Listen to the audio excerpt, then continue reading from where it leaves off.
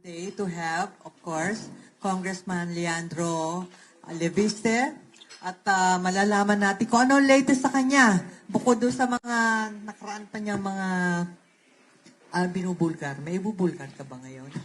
Okay, maraming salamat po sa inyong lahat na you are all here. So, let's start the ball rolling. First question. Okay. Actually, can I just make an Yes. opening statement? Yes, of course.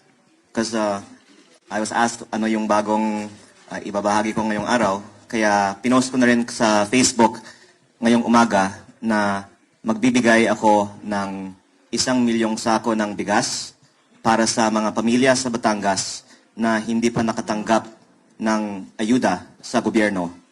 At ito po ay ginagawa ko naman noon pa sa aking distrito, pero ngayon magbibigay ako ng bigas para sa buong Batangas.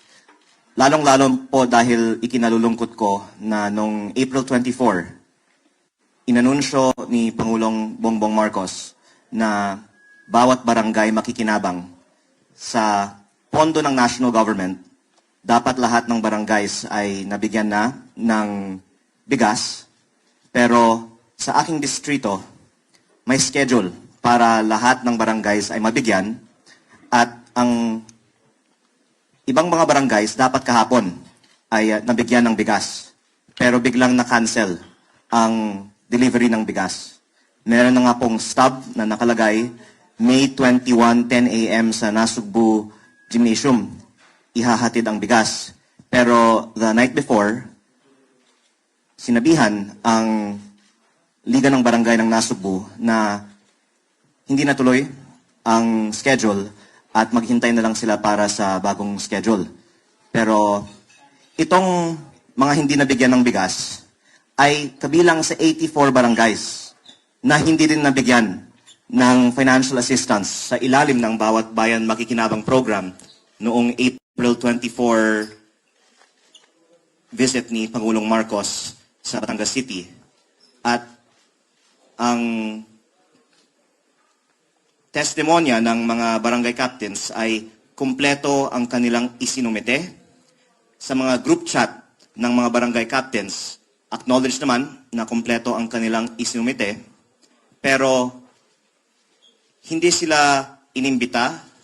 Ang iba pa nga ay sinabihan na hindi sila isasama dahil sa umano'y tampururot.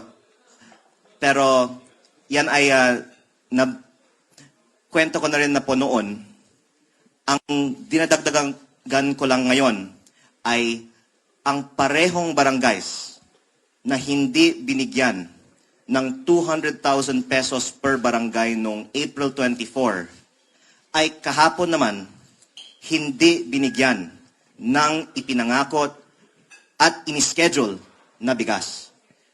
Kaya nalulungkot ako kasi kung marami tayong mga kababayan na hindi nabibigyan ng ayuda dahil sa kakulangan ng pondo ng gobyerno, mauunawaan ko yan. Kasi hindi naman kaya ng gobyerno sagutin ang pangangailangan ng lahat ng mga Pilipino. Pero kapag ipinangako na ng ating Pangulo na bawat barangay makikinabang at inilaan na ng nasyonal na pamahalaan ang pondo para sa bigas para sa bawat barangay, may stub na, ini-expect na ng mga BHWs at barangay tanods ng mga barangays na ito ang bigas para sa kanila kahapon at biglang sinabihan sila na hindi tuloy ang delivery ng bigas para sa kanila. Ikinalulungkot ko kasi nagiging collateral damage ang iilang mga Pilipino sa politika. So kung you're saying na politika yung punot dulo nito? Maganda kung may paliwanag kung bakit yung same barangays na hindi binigyan ng 200,000 ay ngayon hindi binigyan ng bigas.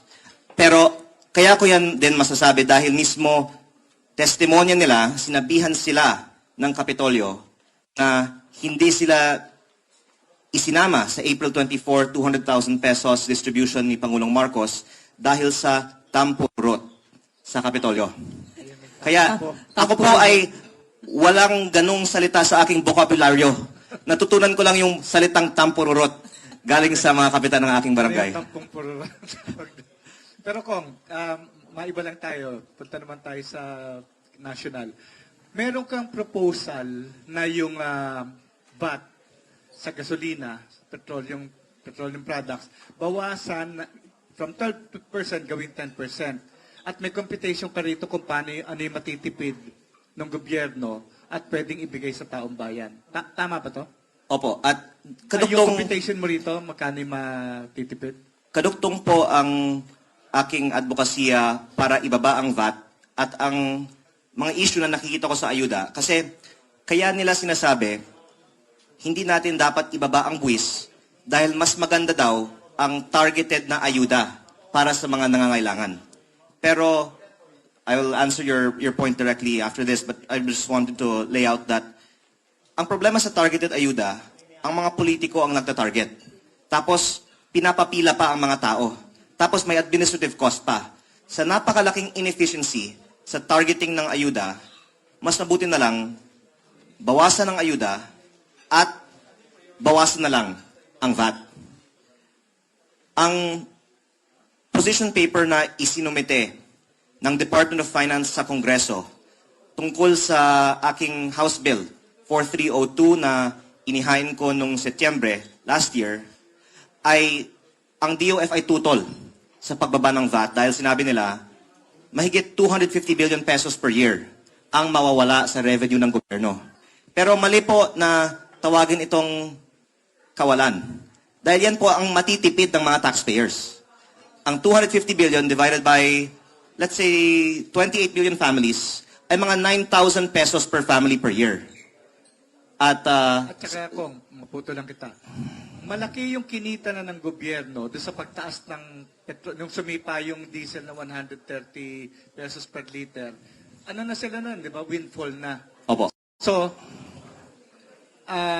unlike sa ibang bansa na ASEAN, like Indonesia, sinubsidize ng gobyerno yung fuel, kaya wala masyadong pagtaas. Pero dito, walang nangyari ganun. So, tama yung posisyon mo, no, kung babawasan nga na gagawin 10%. Yung sa 2 billion na yon na matitipid, pwedeng ibigay sa taong bayan at tipid sa taxpayer, sa mga bumibili ng gasolina. Tama po. At ang Pilipinas nga ang may pinakamataas na presyo ng langis sa ating mga comparable ASEAN countries at yun ay sa kadahilanan na sa ibang bansa may subsidiya, dito pinapatawan pa ng buwis. At ang sagot nga ng iba ay mas maganda, may targeted ayuda kaysa sa buwis. Pero nung committee hearings naman, sinabi ng lahat ng mga representante ng mga transport sector groups na mas gusto na lang nila ibaba ang buwis, isuspende ang fuel excise tax kaysa pumila pa ang mga tricycle drivers para sa 5,000 pesos na hanggang ngayon, marami pang mga tricycle drivers ay hindi nabigyan ng 5,000 pesos at ang iba nga ay na-report na namatay. Yung fuel excise tax, I think 6% na excise tax. Iba-iba po. Kung hindi po ako nagkakamali, iba yung fuel excise tax sa diesel, sa gasolina, kerosene at LPG. At ang ikinalulungkot ko din ay minadali ang pag-aproba ng Kongreso ng fuel excise tax noong Marso, tapos hindi naman ginamit ang kapangyarihan ito nung ipinasa na itong batas. Kaya nung isang araw din, nagpanukala ako sa Kongreso na sa Kalinga Act, hindi lang bigyan ang Pangulo ng kapangyarihan na isuspende ang VAT sa langis, kung hindi din gawing automatic na pag-aproba nitong batas at i-activate ang national emergency sa enerhiya, isuspende na ang VAT sa langis. At tulad po ng nabanggit ninyo, kayang-kayang ito dahil kumita na ang gobyerno sa mas mataas na presyo ng langis. May windfall na nga tayo, pero sinasabi nga nila, doon na lang sa ayuda natin gamitin ang windfall. Ang sabi naman ng mga transport sector groups, mas maganda, ibaba na lang ang VAT kasi meron naman na nga tayong windfall. So, nasa na po ngayon, Kong? Ano na status ngayon yung proposal na yan? Ipinasa ng Kongreso ang Kalinga Act on second reading nung isang araw with it being authorizing the President to suspend it.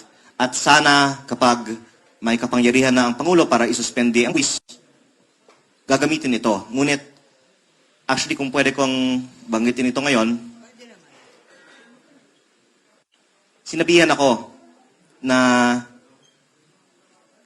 pag i-amendahan ng batas para automatic ang suspension ng VAT, baka hindi na aaprubahan ng ehekutibo ang paggamit ng emergency powers sa batas. Baka hindi napapasa yung batas. Ibig sabihin, sa palagay ng mga nasa Kongreso, hindi din naman gagamitin ang kapangyarihan para isuspindi ang tax. Di ang tanong ko, bakit tayo pumapasa ng batas na nagbibigay ng kapangyarihan para isuspindi ang tax na alam naman natin ay most likely hindi isususpindi? Dapat maging matapat na lang tayo sa taong bayan, isususpindi ba natin o hindi? Huwag natin paasahan ang ating mga kababayan tulad ng nangyari sa fuel excise tax na may kapangyarihan para isuspindi tapos hindi ginamit. So kung gano'n ang mangyayari, di parang baliwala din yung Kong. Marami namang ibang mga benefits ang newly passed Kalinga Act. Pero ang pinaka-importante sa akin ay yung pagbaba ng buwis. Dahil nga, magtaas kamay tayo dito. Sino dito ang nakatanggap na ng ayuda galing sa gobyerno? Baka wala dito sa kwartong ito. Magtaas naman tayo ng kamay. Sino nagbabayad ng VAT? Lahat, di ba? Kaya, kahit na ang daming mga benepisyo sa mga bagong batas na ito, kung puro ayuda naman na hindi natatanggap ng karamihan ng mga Pilipino, mas nakakasama pa ang gobyerno sa panahon ng krisis dahil tayo ay nagbabayad ng mas mataas pang VAT sa langis. Oo. At ginagamit sa pamumulitika na supposedly ibibigay sa taong bayan, iniipit para magamit sa politika. Tama po. At nalulungkot nga ako na April 24, dumalo si Pangulong Marcos sa Batangas para ipangako ang bawat barangay makikinabang at baka hindi niya alam kung ano ang ginagawa ng mga tauhan na inatasan niya sa Batangas. Pero kahapon po, itinakda dapat dumating ang bigas. Pero sinabihan ang mga functionaries ng mga barangays sa distrito ko na hindi na ito dadating. At nalungkot ako kaya actually nagsimula na po kami mamigay ng bigas earlier this week pa. At tuloy-tuloy namin gagawin ito hanggat makumpleto natin ang nabanggit kong 1 milyong sako ng bigas. Yung 1 million sacks na yan, ilang kilo per sack yan? 50. 50? 50 kilos. 50 kilos. Or to 25. Yung mga sako na ipinamigay ko sa Manila kay Mayor Isko ay mga 25 kilo sacks. Actually, nagsimula na nga ako nung 1 buwan pa sa Maynila.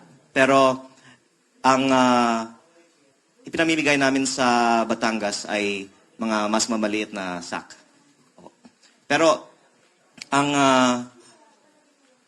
layunin ko ay sana makonsensya din ang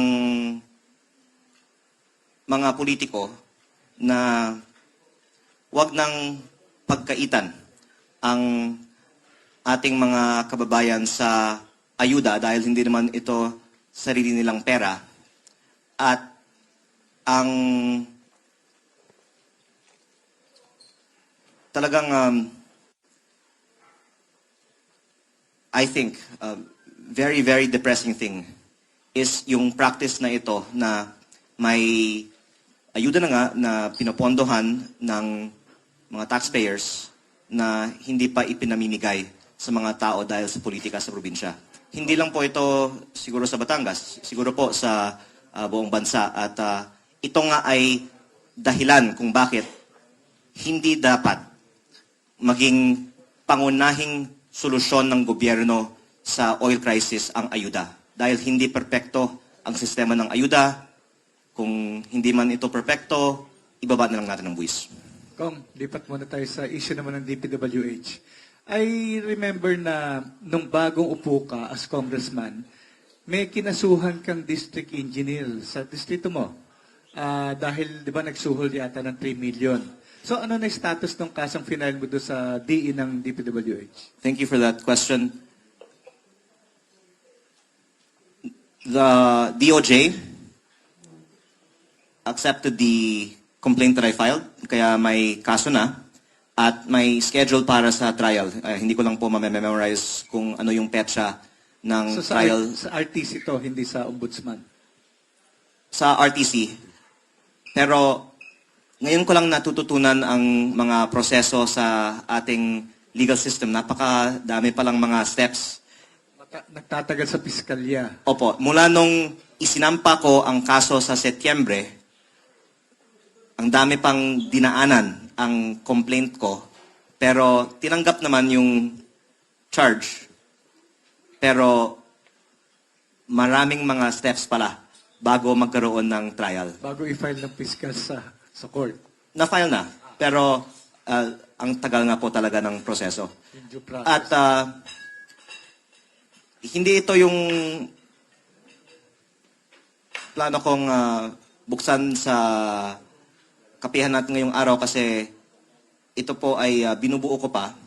Pero meron po akong mga susunod pang mga isasampa na mga kaso sa mga susunod na mga linggo patungkol sa DPWH. Dahil ang ikinalulungkot ko, ang daming mga nag-expect na lilinisin natin ang DPWH last year, ngunit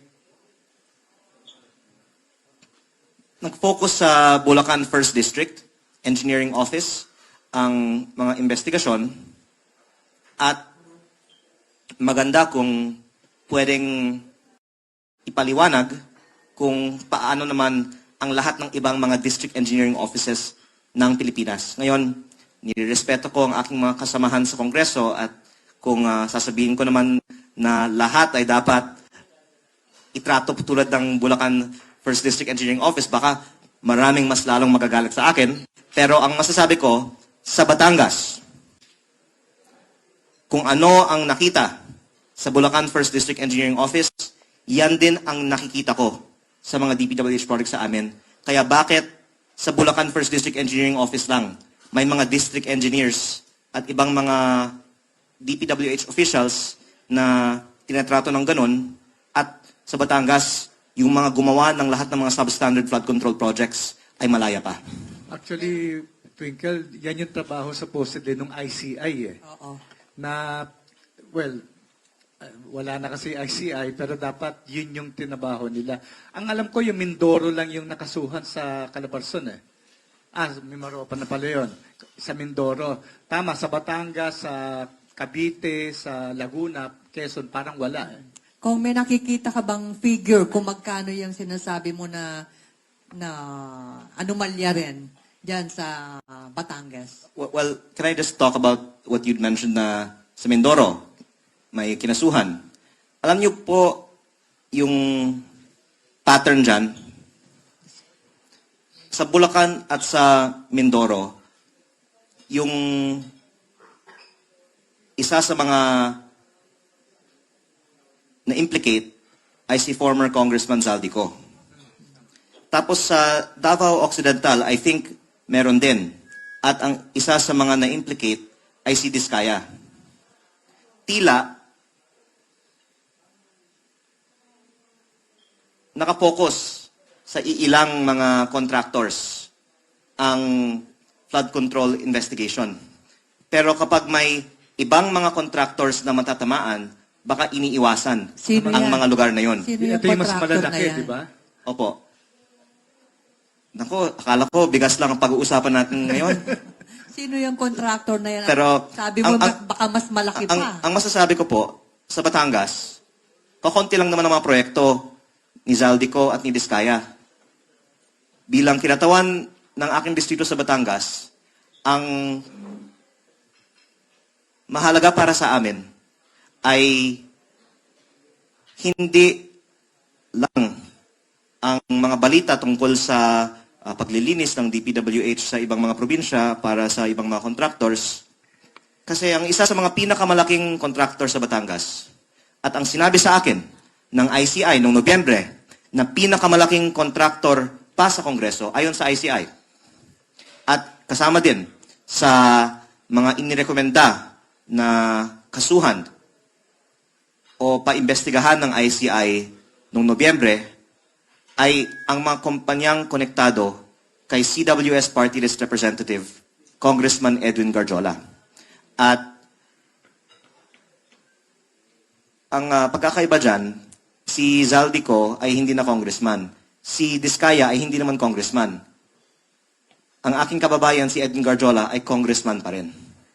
Kaya, nalulungkot din ako na maraming mga senador na nagiging focus na rin ngayon sa media para sa flood control, pero wala pang congressman na kinasuhan para sa flood control na nakaupo ngayon. Nag-iingat po ako sa mga salita ko ngayon kasi daming mga galitan sa akin sa Kongreso.